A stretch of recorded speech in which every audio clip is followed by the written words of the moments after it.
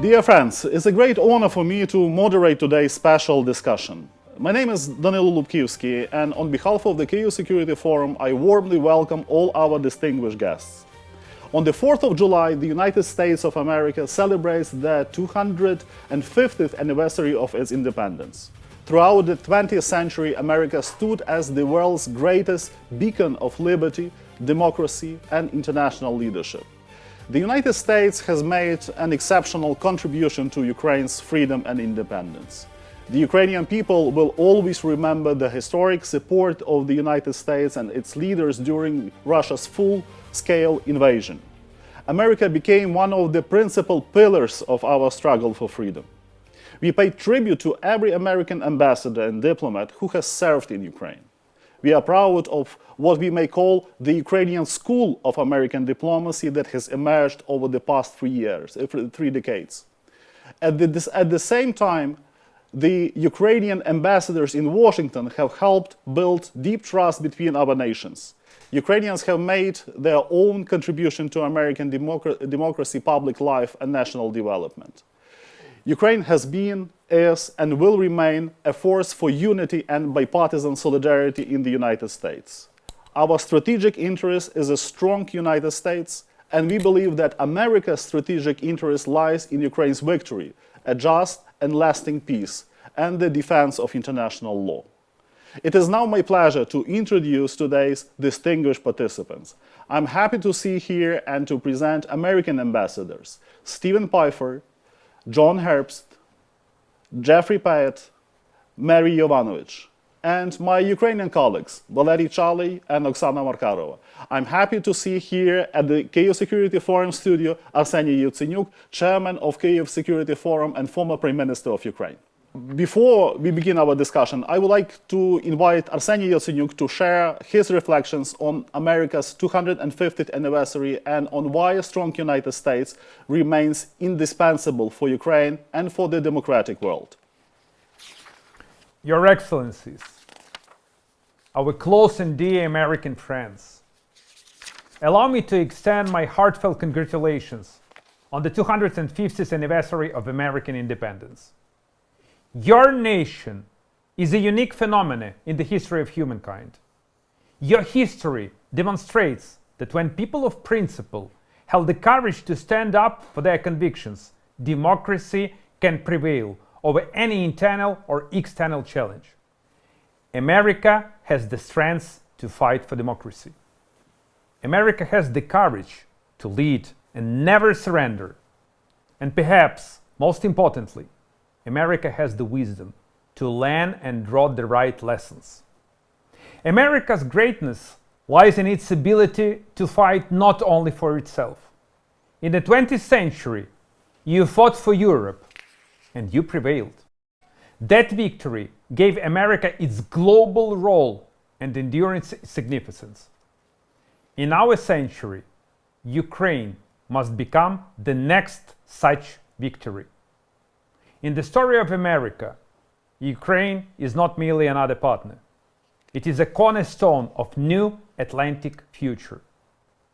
I believe that upon this foundation, we can build the just international order to which we all aspire.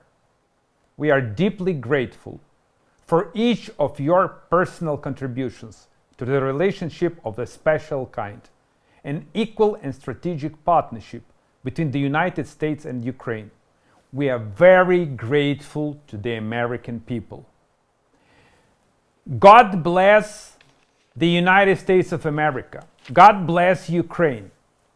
May God protect Ukrainian and American troops. Slava Ukraini! Героям слава! The United States marks its 250th anniversary at a time when the world is facing the gravest international security crisis in decades. Many believe that the era of Pax Americana is coming to an end.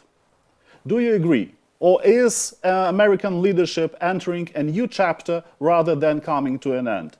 That's my question addressed to all of our distinguished participants. And let me start by inviting Mary Yovanovich to start this conversation. Mary, you served in Ukraine during one of the most decisive periods in our modern history. Looking back, what were the West's biggest mistakes in assessing Russia, and what lessons should Ukraine and its allies never forget? You're welcome.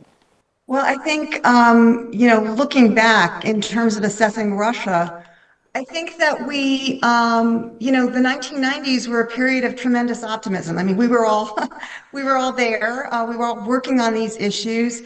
Maybe there was less optimism in Ukraine, but in the United States, there was certainly a lot of optimism about what could come next and how we could encourage positive development in Russia. And in fact, the Russians asked us to help, and we and many others responded.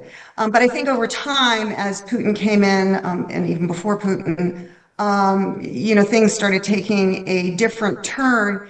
But our hopes for the future, our expectations for the future, our belief that even though we didn't put it quite so crudely, that we had won the Cold War, allowed us to sort of dismiss the many warning indicators, even though friends in Ukraine, friends in Central Europe and elsewhere were warning the US. And if you looked at the intel and other things, you could kind of see the direction things were going. But I think our hopes for the future overcame kind of the reality of the warning signs and perhaps some of the steps that we could have taken at that point. And I think perhaps naively, although I'm not sure I would have done something different, what we did was we extended a hand and in terms of inviting Russia to come into the G7 and the G8.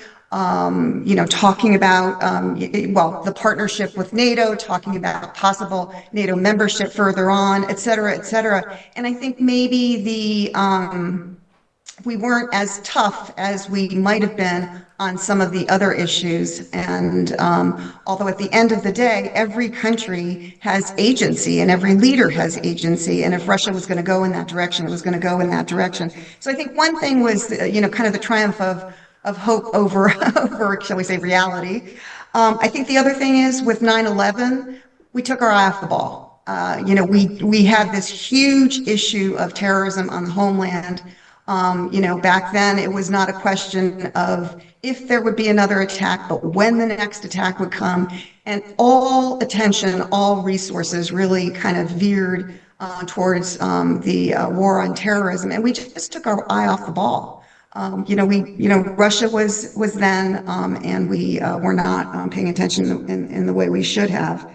And I think, perhaps as always, whenever we are dealing with any country, it's important to remember history, to remember culture, to remember religion, and the important impacts that all of that has on a country and where it is going. So I'll leave it at that. But I mean, I think there are many things to this important question. Thank you, Masha, and thank you very much for your support for Ukraine that we highly appreciate. And now I turn to Ambassador John Herbst. John, we would be happy to hear your reflections upon the new role of America in the international relations. And how do you see this new coming era of international relations and America's role within it? The short answer is it's not clear. We have an idiosyncratic president right now who has not fully endorsed the institutions that we've created, which have led to extraordinary international and, for that matter, American prosperity and security since World War II. But also a president who, on the one hand, seems to reflect the notion that we are overextended. He's certainly right that we made 20 years of mistakes in the greater Middle East, starting with 9/11, as Masha was talking about. But not necessarily fully buying into the concept that America needs to pull back. But there's a strain in Trump's world within the administration, although it is not the majority voice in the administration, and in the public discussion, voices which are include those of Tucker Carlson, Candace Owens, who are actually all for pulling back American commitments, not just in Europe, but in the Middle East. And it's unclear if those voices, which were powerful in the United States, not those individual voices, but that point of view, which was powerful in the United States, particularly in the Republican Party, for 30 or 40 years in the last century, from the end of World War II, well, 20 plus years in the last century, from the end of World War I up until some point during World War II, if they will be strong going forward. If they are, you would see an American retreat from the type of leadership that has characterized our policy since 1941, when we entered World War II. I suspect we're not going to go down that road, but I suspect, as opposed to saying I am confident or certain, that we won't. If in fact what we have right now is a isolated chapter in American history and American foreign policy, we will see, with some adjustments, but not major adjustments, a return to the policies that we pursued since 1945. If not, things will be quite different. And certainly you know from my long-term advocacy, not just on strong American support for Ukraine, but advocacy for understanding that Moscow represents a clear danger to American interests and American freedoms, that I fall very much on the side of those who think that what we did by and large over the past 80 years has been outstanding, with some mistakes, some serious mistakes in the greater Middle East, which partly explains the newfound strength of this old American perspective. That's rather academic, so I apologize for not being a bit punchier on this, but I think my argument is clear. Thank you. Thank you, John. It's an important picture you depicted, also mentioning a possible isolated chapter, as you said, which sounds quite dangerous. Now I turn to Oksana Markarova. Oksana, from the difficult meeting in the Oval Office on 28th of February 2025 to the latest G7 summit, relations between President Zelensky and Trump have clearly evolved. How do you assess that progress, and what has changed and what challenges still remain?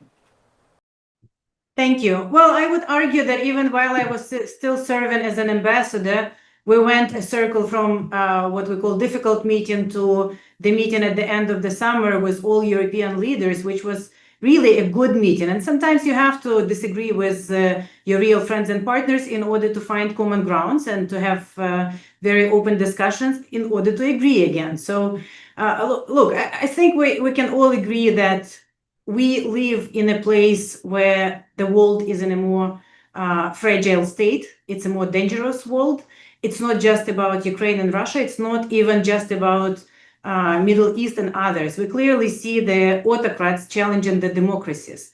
And in that world where the stakes are much higher, there is no alternative for Ukraine to win, because it means if Ukraine loses in this war, the consequences for the world are much graver. But in that world, it's not just Europe and Ukraine. It's not just the middle or medium-sized countries that have to stay together in order to fight for the values. There is no alternative for American leadership. So while we can assess where we are right now, we can see whether administration will introduce stronger sanctions against Russia and provide more weapons to us, which definitely is necessary in order to stop Putin and reach peace. Again, something that President Trump says is the goal here, and we all want to be helpful in him reaching that goal. But other than that, look at any polls. American people support us in very bipartisan nature. Ukrainian people are relentlessly fighting against this horrible aggression, regardless of the horrible terror attacks, like we've seen a couple of days ago, like we see literally every day against the civilian population in Ukraine. And I think we just have to stay the course. And Ukraine is emerging as at least a regional leader, but I believe much more. And we really count on American leadership in the coming years.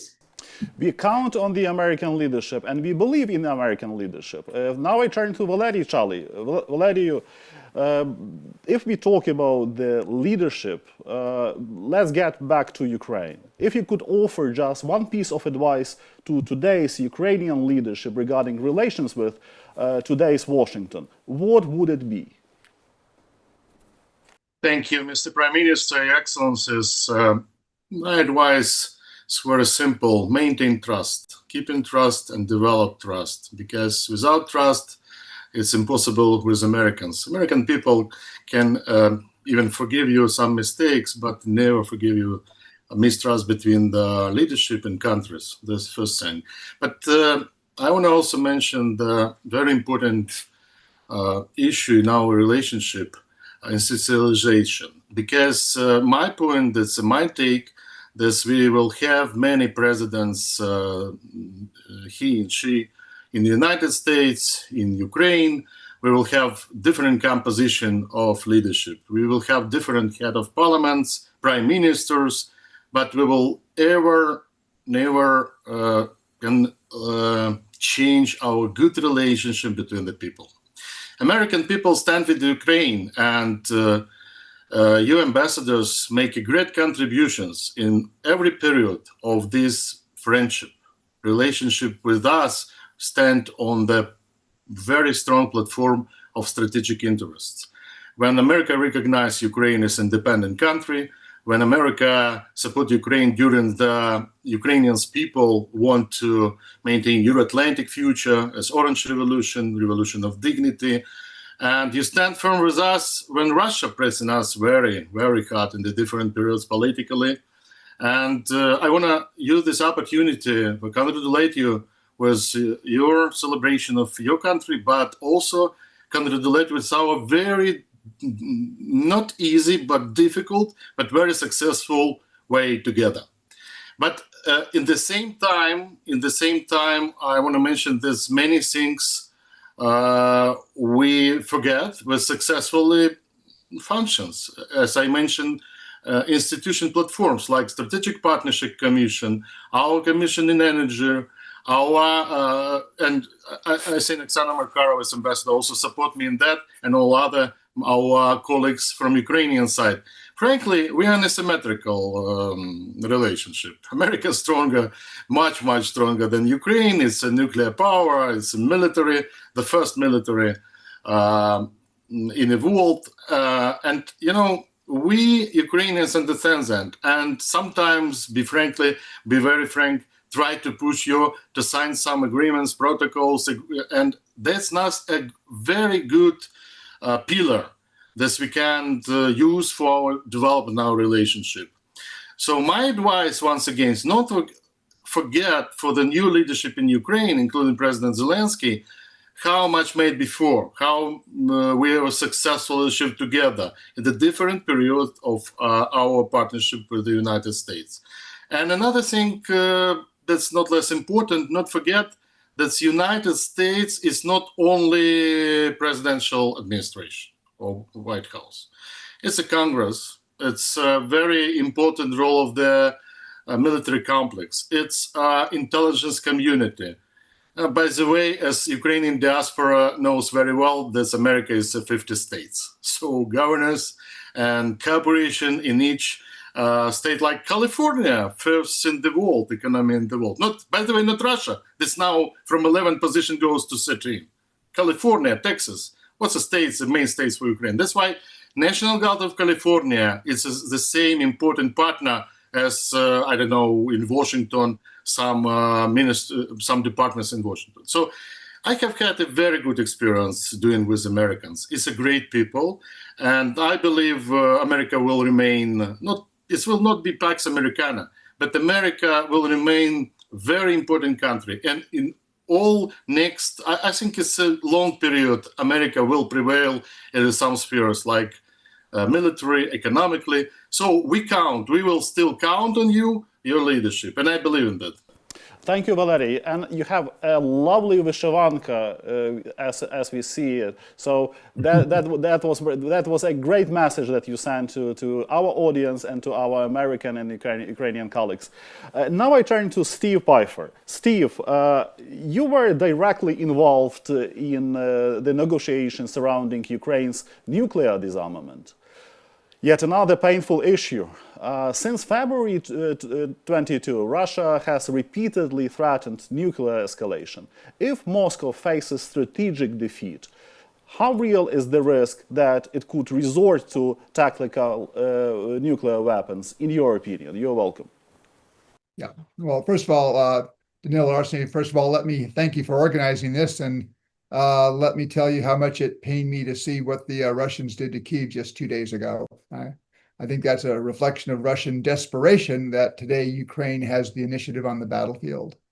But as to your question, look, I think the chances that the Russians might use nuclear weapons in this conflict are not zero, but they are very, very, very low. Look, Vladimir Putin does not want a nuclear war. What he wants is that Ukrainians and those of us in the West believe that he will risk that he's prepared to risk that in order to intimidate us. And the question is, would he use nuclear weapons to avoid a strategic defeat? What would a strategic defeat for Russia be in Ukraine? At the worst for Russia, it would mean that Russian troops were, and I hope very much for the outcome, completely pushed out of Ukraine, that Ukraine restored its 1991 borders.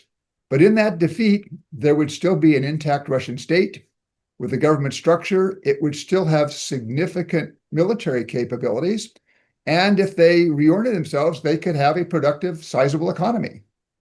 So that's not the kind of defeat that Japan and Germany suffered after World War II, where most of their major cities had been leveled by Allied bombing and they were then occupied.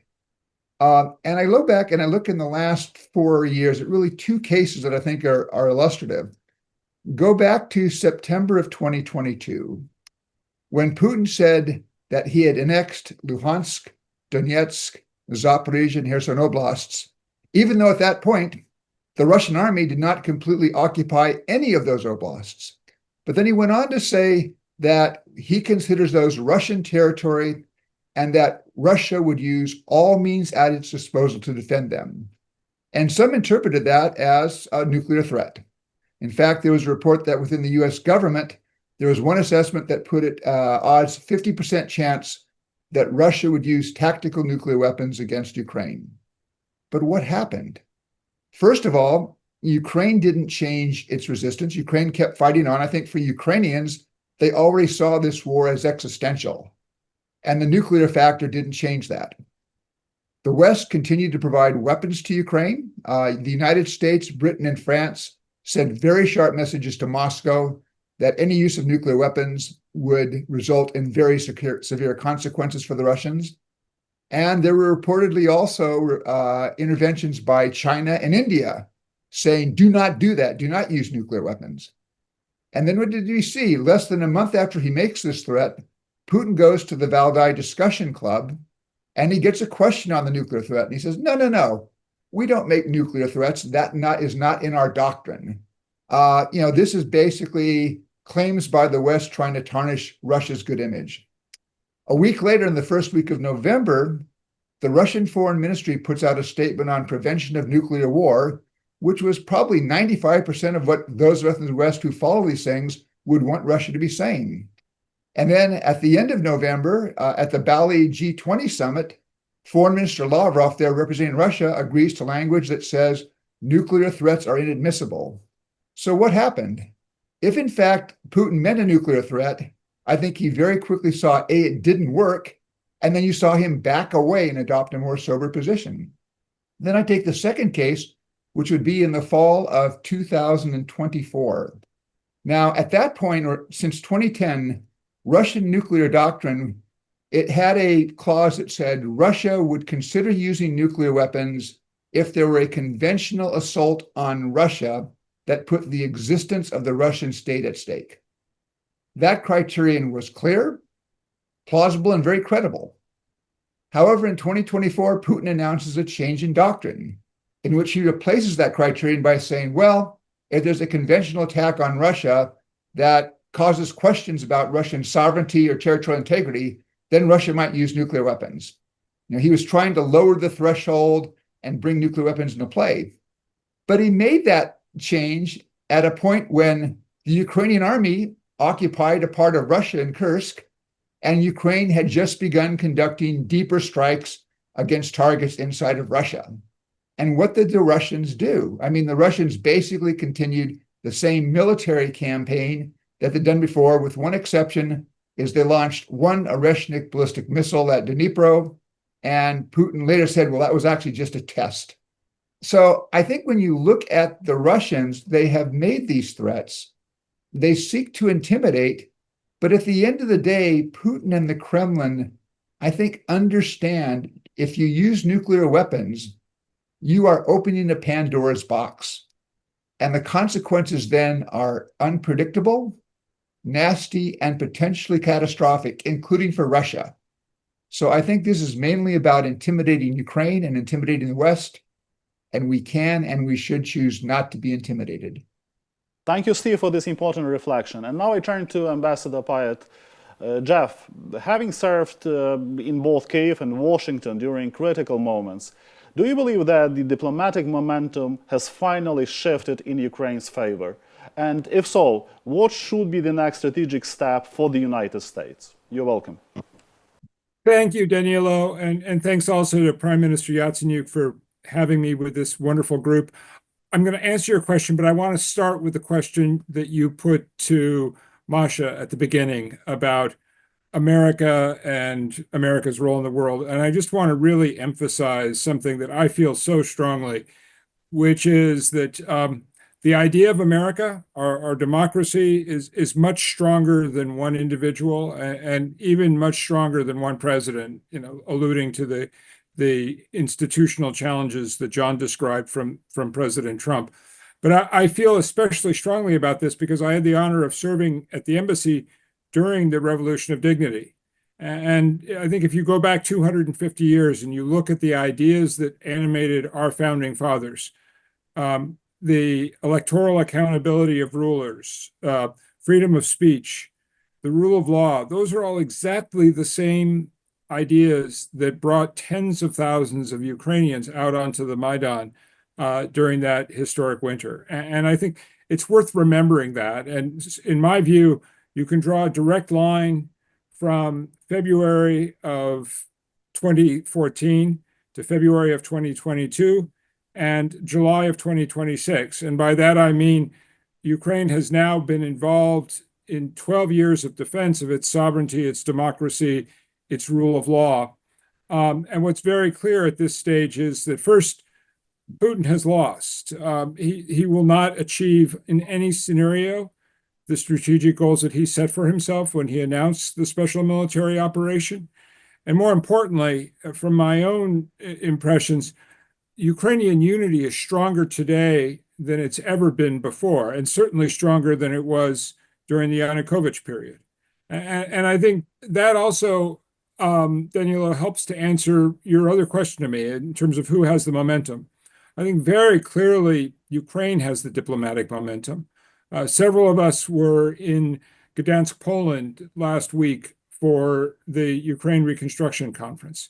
It was very powerful for me to hear President von der Leyen speaking as definitively as she did about Ukraine's future in the European Union.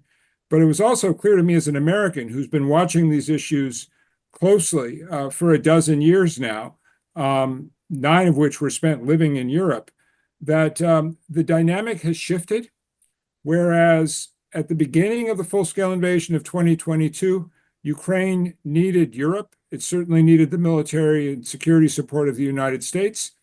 Today, the roles have shifted. It's in fact Europe that needs Ukraine, because Europe's strategy for national defense rests on a strong and prosperous Ukraine. If Europe doesn't have a strong and prosperous Ukraine, it's going to have to deal with a revanchist Putin and a revanchist Russia on its own borders. And I mean, a lot of this goes back to ideas that I was discussing with Prime Minister Yatsenyuk in the first days of the new government in 2014, when there was great uncertainty about whether Ukraine would even survive. But that is no longer the case. So I think very clearly Ukraine has won. The question is, how much suffering is the Kremlin able to inflict before Putin gives way to the recognition that he has to bring an end to this war? And I think on that, and I'll finish on this point, it's very clear that Putin, the only thing that's going to affect Putin's calculus is the pain that he feels personally and economically. So that means we need the strongest possible sanctions. We need strong European support for Ukraine's national defense requirements. It pains me greatly as a private citizen and an American taxpayer that the White House is not respecting the will of our Congress, which, for the record, has voted in favor of security assistance to Ukraine.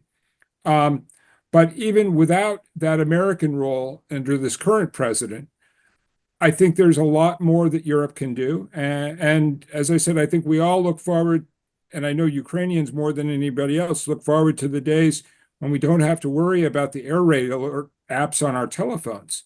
But I am also quite confident that the question now isn't whether Putin is going to achieve control over Ukraine, which is what he set out to, but rather how long it's going to take for him to come to that realization. Thank you, Jeff. You mentioned the revolution of dignity, and I'm proud to recognize today your personal contribution and your personal role in supporting Ukraine immediately after the revolution of dignity. And we would like to thank you very much for everything you did to support Ukraine, to support Ukraine's territorial integrity, and to support the efforts of Ukraine's government to make a success, to make a difference in our further efforts that helped protect Ukraine in future. So thank you, Jeff, very much for your remarks. Jeff Pyatt mentioned that, or already said that Putin has already lost. I cannot agree more. Putin has lost. But John, my question goes to Ambassador Herbst. What do you believe Putin is counting on today, and what additional pressure could finally change his calculus? You're welcome. Putin has proved to be expert at grasping at straws as his circumstances have become ever more difficult. He entered the war expecting to quickly take, at a minimum, control of all of Ukraine east of the Dnipro, including the major cities which are on both sides of the river, including, of course, Kyiv. And he failed. He came to allegedly prevent Ukraine from joining NATO. And as a result of his war, Sweden and Finland have joined NATO.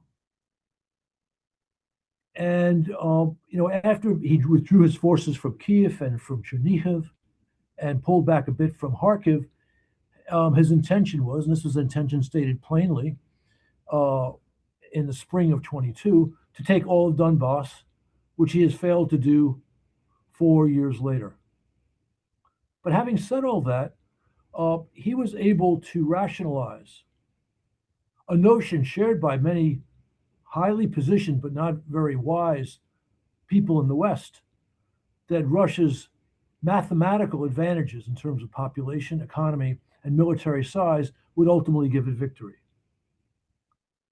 I think that notion, and frankly, I've not heard a senior American official say within the last 4 months that, of course, Ukraine should give up Western Donbass under negotiations because Moscow would take it back militarily. Thank goodness for that. What we're seeing now is a qualitative change or shift in the war in a way that even Putin finds hard not, in some sense, to acknowledge. I was in Kyiv 5 weeks ago, and a senior official told me that Russia had very serious problems, especially in the south around Crimea, but those problems would become infinitely greater in the weeks and months to follow. And here we are 5 weeks later, and not only are we seeing that expectation realized, but all of Russia, including parts of the Kremlin, are seeing it too. The situation for the Russians in Crimea is now extremely fraught. The absence of course, gasoline, oil, but also of munitions, food, are creating panic conditions there.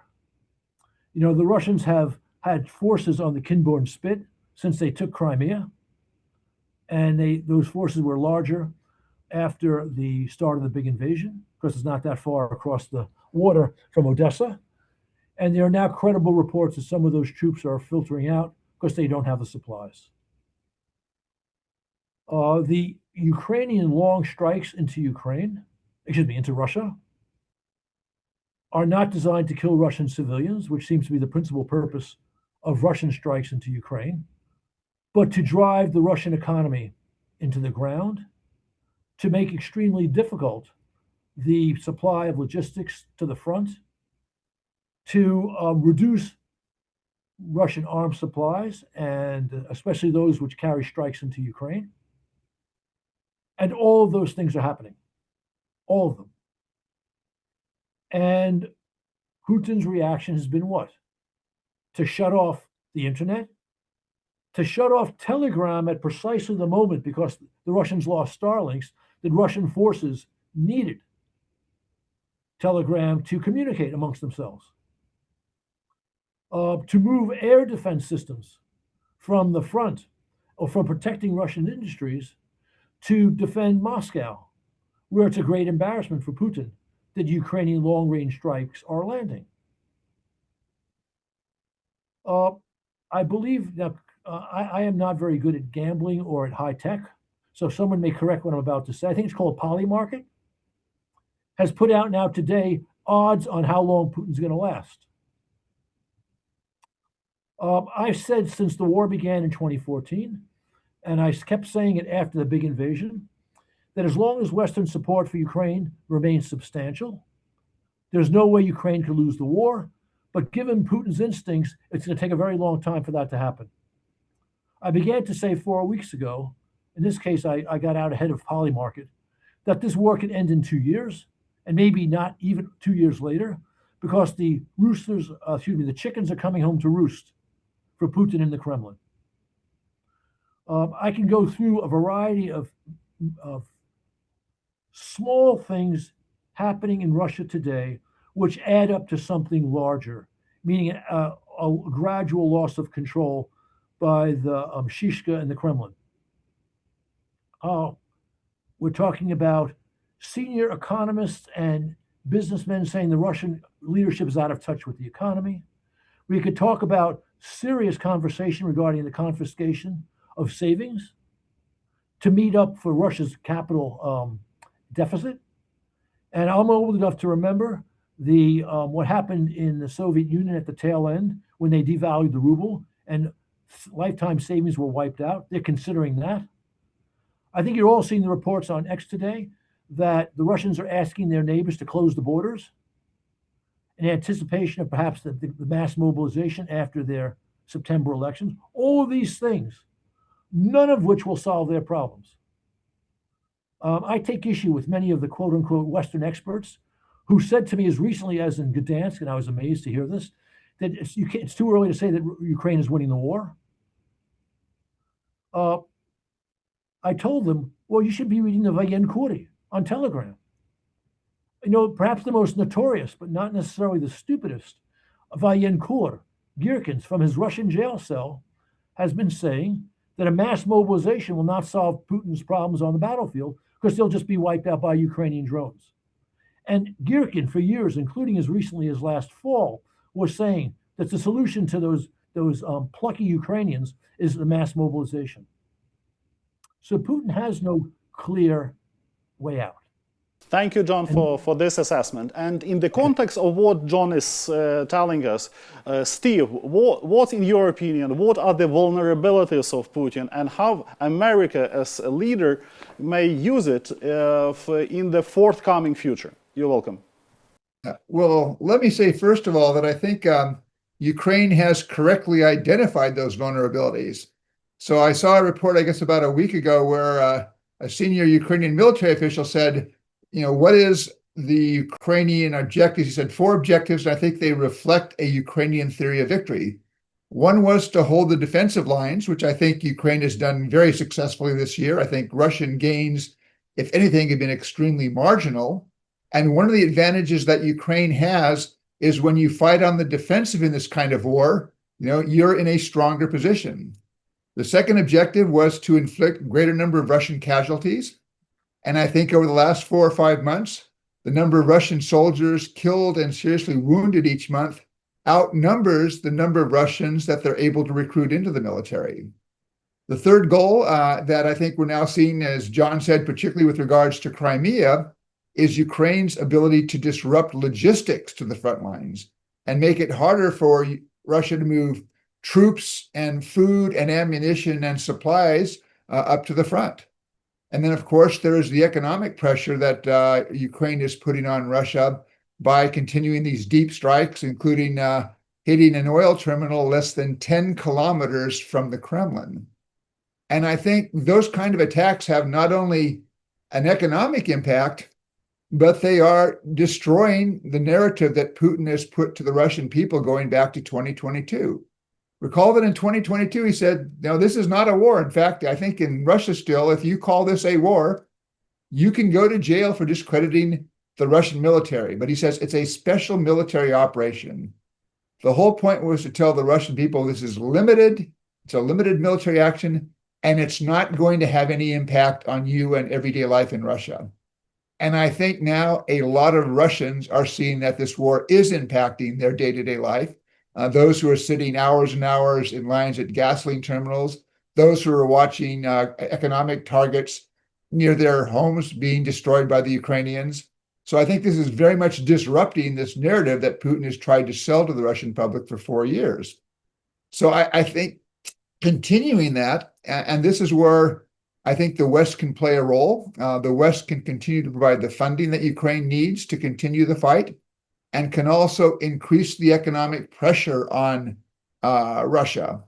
And this is where I very much regret that my government is not doing what it should be doing. I think that the United States actually has significant leverage that could be used to put more economic pressure on Russia, tightening the sanctions, which still have loopholes that allow American high tech to get into Russia, tightening the oil sanctions on Russia. And for reasons I don't really understand, President Trump has chosen not to use that leverage. Likewise, if Trump, I think, really wanted to shake up the Kremlin, he could ask Congress for $20 billion in assistance for Ukraine. That kind of message, I think, would begin to help knock down Putin's illusion that he can simply outweight the world on this fight. But I regret that my government is not doing the part. And I think, unfortunately, it reflects Mr. Trump's lack of understanding that this war matters for American interests. If Russia prevails in this war, it's going to be a bigger problem for the United States. If Ukraine wins, as I very much hope it will, that basically is going to make it easier for the United States to manage its interest in Europe. But I have reached the point where I concluded that, unfortunately, our president does not understand this. So I regret we are not being more helpful, but it does seem to me that Ukraine is on the right track. And I can only hope that they continue to make the progress that we've seen in the past 5 months.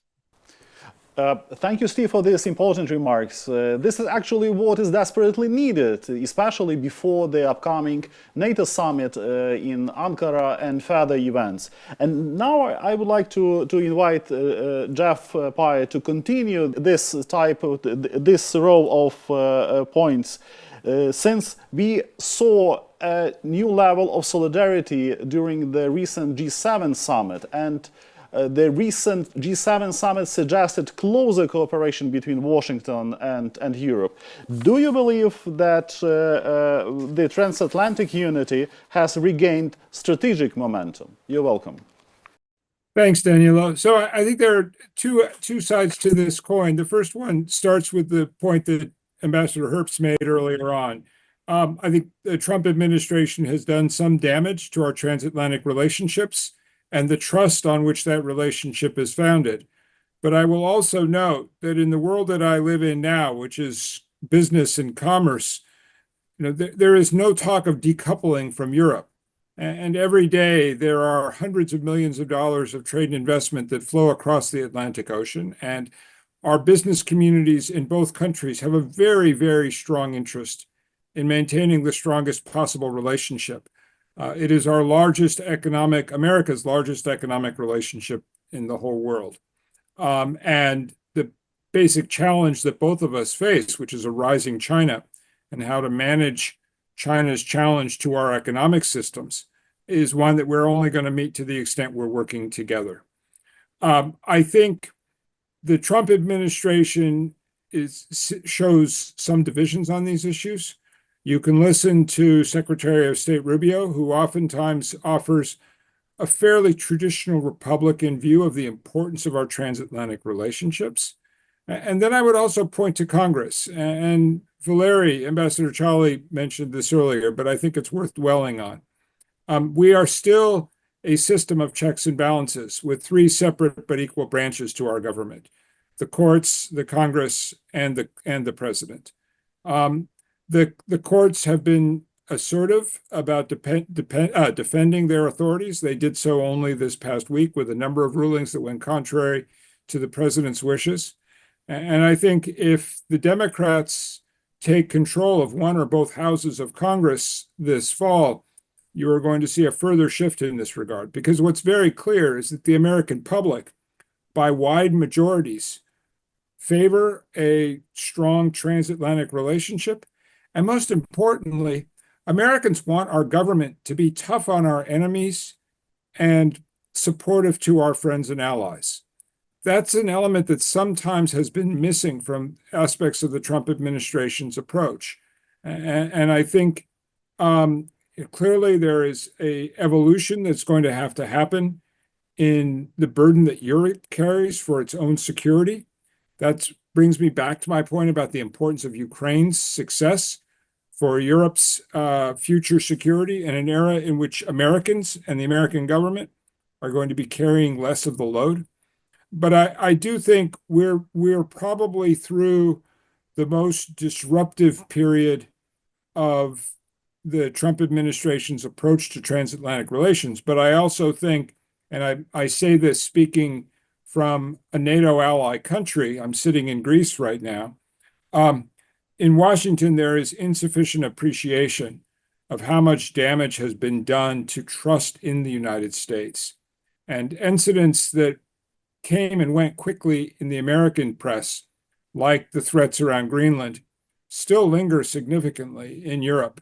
And so I think there's also a burden on leaders in Europe who believe in the transatlantic relationship, including the business leaders that I talked about earlier, to speak up and to emphasize to their capitals as well the importance of continuing to lean into that relationship. And maybe to conclude where I started earlier on, I think we all, the kind of courage and determination that Ukrainians have demonstrated over the past 12 years, and especially over the 4+ years of the full-scale invasion, the mobilization of Ukrainian civil society, which puts us in America to shame, the level of commitment that Ukrainians have demonstrated to their own future in Europe and the future of their democracy is an incredibly valuable asset for a world that is facing real challenges to our democracies,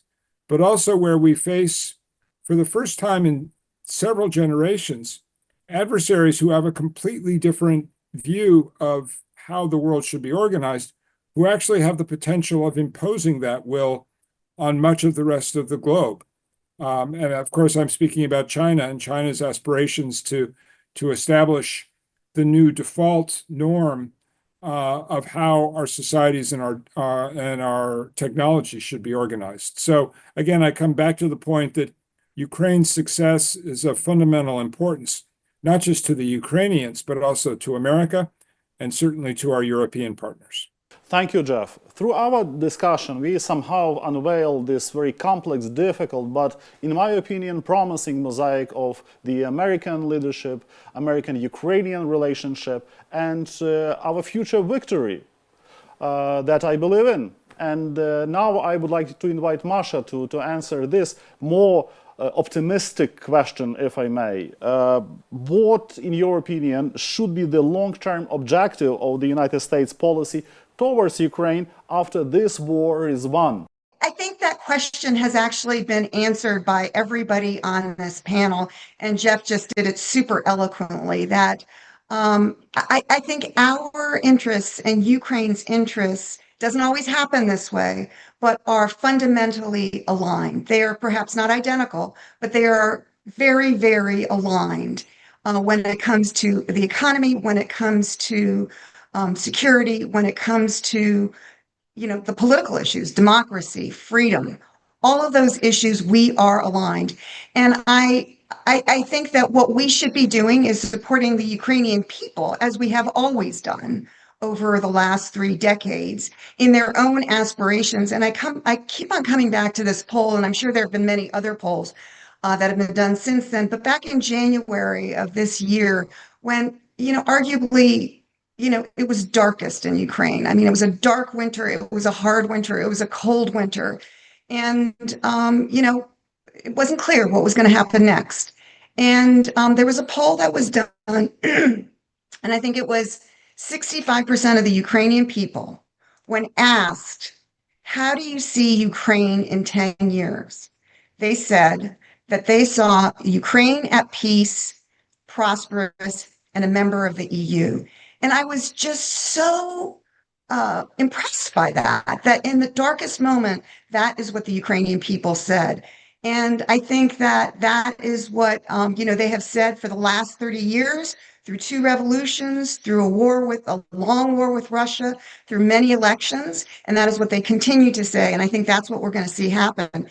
And I think that for the U.S. to support that is fundamentally in our interests. We want a strong, prosperous, free Ukraine anchoring Europe.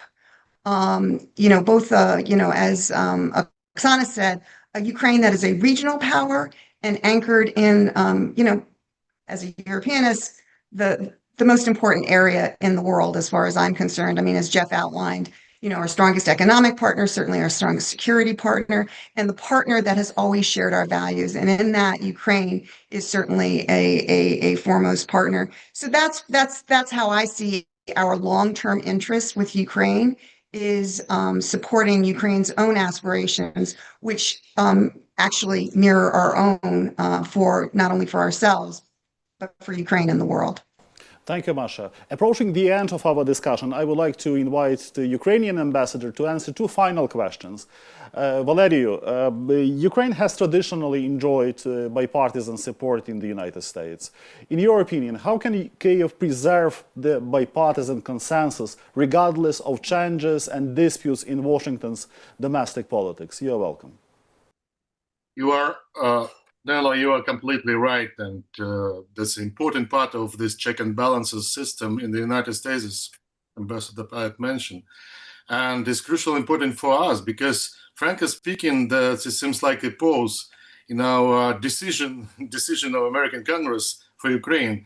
Ukrainian Support Act, adopted through the special procedure, this is not the way how we can fulfill the gaps. Why is gaps now? Is because many laws adopted in 2014, 2018, and later, now they need some renewed or new acts of the Congress. And I believe that we will have this if we will, even before election, because Senate consider the support of this act, this House proceed in August and the early September. I believe in it, and I believe this White House will not stop that. But even more important, as Mr. Ambassador Herbst mentioned, the prognosis of poly market. I also base for Polymarket on election, because I can enter to new election. So Polymarket mentioned 83% for divided Congress. That means that we will have another composition, and probably we will have pushing some legislation for Ukraine support. And frankly, we crucially need it because what's the first thing? And allow me to use the opportunity to ask your support and Congress support. First, this recognition of the declaration on Crimea that's adopted in 2018, and this still exists. Unfortunately, not on this, frankly, on the State Department and embassy websites, unfortunately, American. It should be changed. But this very strong message, this United States will never recognize a legal annexation of Crimea. That's important. First. The second one, it's a message from the Congress of support, and it's not only money. There's, for us now, even more important, there's United States leadership, including President, by the way, who will remain important person and important position in this situation until the next election, presidential election. So we need the strong message to Mr. Putin.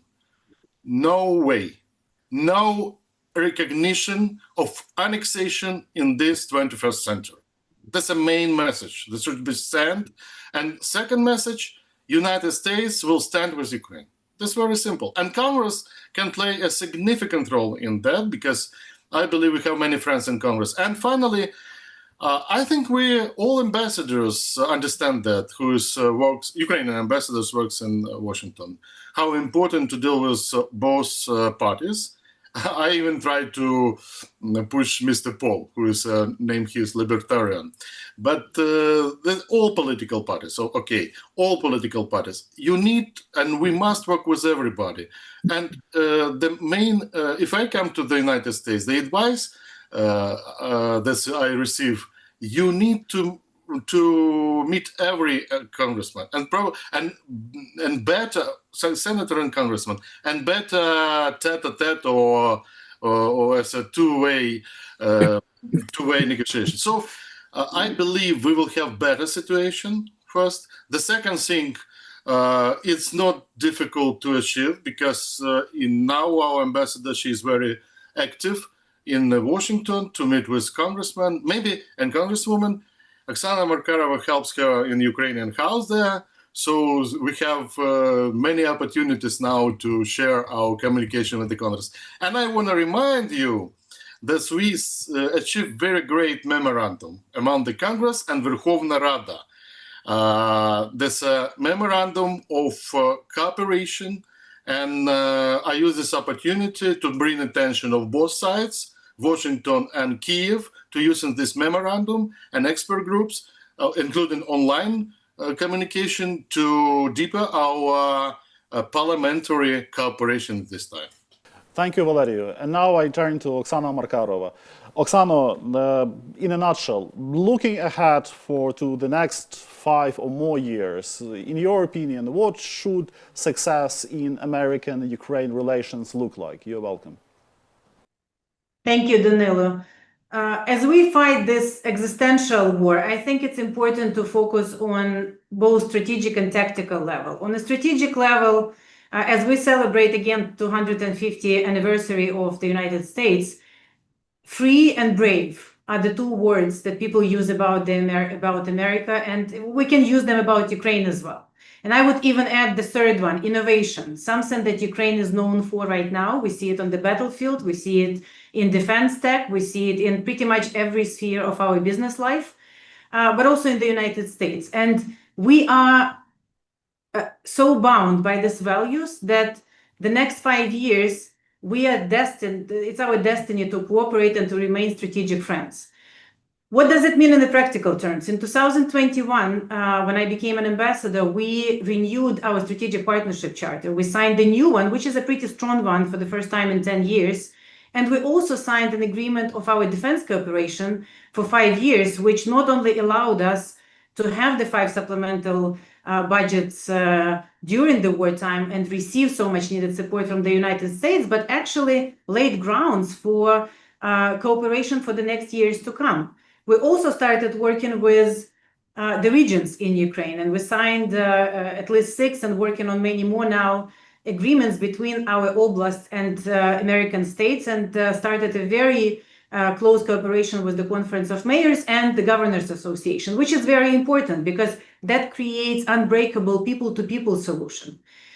So what shall we do going forward in order to preserve the strategic partnership, or I always call it strategic friendship, and in order to keep our countries closer together, because this cooperation will make both of our countries stronger, safer, more prosperous, something that both of our nations actually are striving for, and something that both presidents, President Zelensky and President Trump, will be delivering to the people, is just to continue working, as Ambassador Chale already said, work the official channels, work actively with Congress, work actively with all the states in the United States, but also people-to-people connection, university to university, city to city, business to business. And the fact that Ukrainian-American Investment Fund is not just started the activities, but really involving a lot of partners. The fact that we see much more interest from American companies in Ukraine,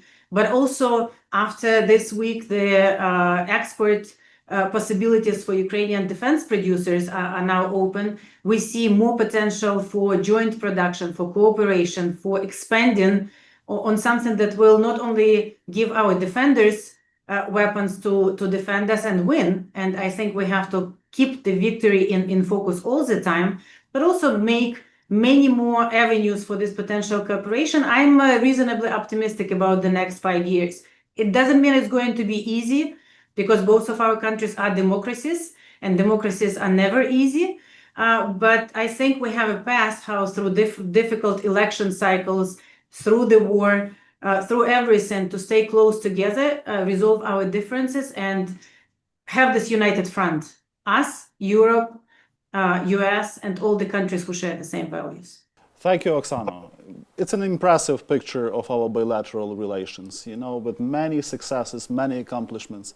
And I would like to invite Arseniy to wrap up our discussion and to send the message of what Ukraine has to say to America on the 250th birthday of the American independent state. You're welcome. Well, let me end on the personal note. Jeff, Masha, John, Steve, Bill Taylor, Bridget Brinks, you're an amazing people. And we went through a lot. And we've done together a lot. And you deserve the credit. Oksana and Valery and the entire line of amazing Ukrainian diplomats, you're awesome. And you're in such decent manner presented the interests of the Ukrainian people in the United States of America that you folks, everyone, deserve the credit. Going back to the issue where we are, you are well aware that Putin is not ready to budge. He's not ready to any kind of peace talks. He's not going to relent. But we have the strength and power to budge him, to turn the screw on him, and to win the war. The US has been always the bedrock of the global security. Ukraine became the bedrock of the European security. And we can win this war with the support of the United States. It's an indispensable condition to have the US on board. And we do have American people on board. Around 70% of Americans support Ukraine. So this is the key issue for all of us. I kindly ask you to speak out, to do what you are doing brilliantly, to tell the truth about Ukraine, to convince the American public that it's in the national security interest of the United States to provide a new security supplemental for Ukraine in the form of either land lease or the loan, whatever. To turn the screw on Russia and to impose the new sanctions and to ramp up sanctions. To provide licenses for the Patriot missiles to be produced in Ukraine. To enhance militech and defense cooperation between the United States and Ukraine. to stand shoulder by shoulder with the European Union and Ukraine, and to find a way how to persuade China and India to be on the right side of history. The United States is the leader of the free world. The leader cannot be neutral. The leader cannot be just a mediator in the war of aggression. The leader has to defend the victim.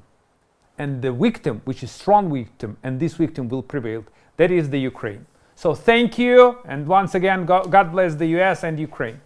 Dear friends, not the end of an era, but the beginning of a new chapter. Happy Independence Day to the United States of America. Glory to our common victory, and glory to Ukraine.